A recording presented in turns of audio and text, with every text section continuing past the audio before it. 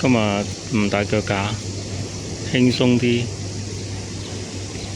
淨係影下相。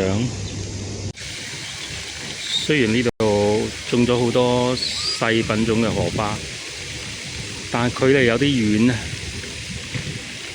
隔住咗個花槽位，行入去又驚俾人話。其實行落草地都已經驚嘅，花又比較少，距離比較遠，有啲可惜。同埋咧角度太低，由高處影落去咁樣，全部都係。咦？前面都有兩邊都有喎嚇，人工湖兩邊都加咗啲荷花喺嗰度。行過去望下，睇下有冇花先。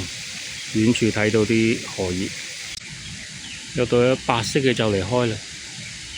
開咗嗰啲其實嗰種個品種好靚嘅，紅紅地嗰種好靚嘅其實。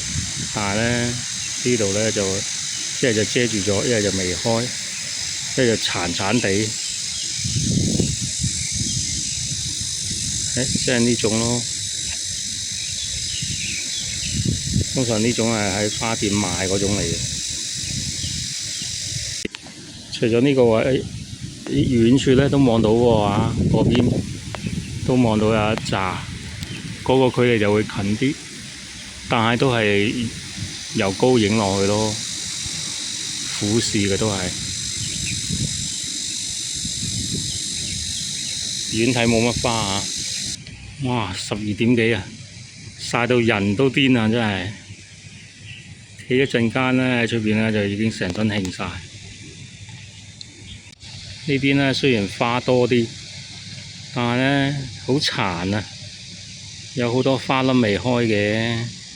早啲嚟或者夜晚黃昏前嚟咧，可能會好啲啦嚇。依家正午咧，啲太陽太勁啦，哇！有啲曬到謝晒啦已經。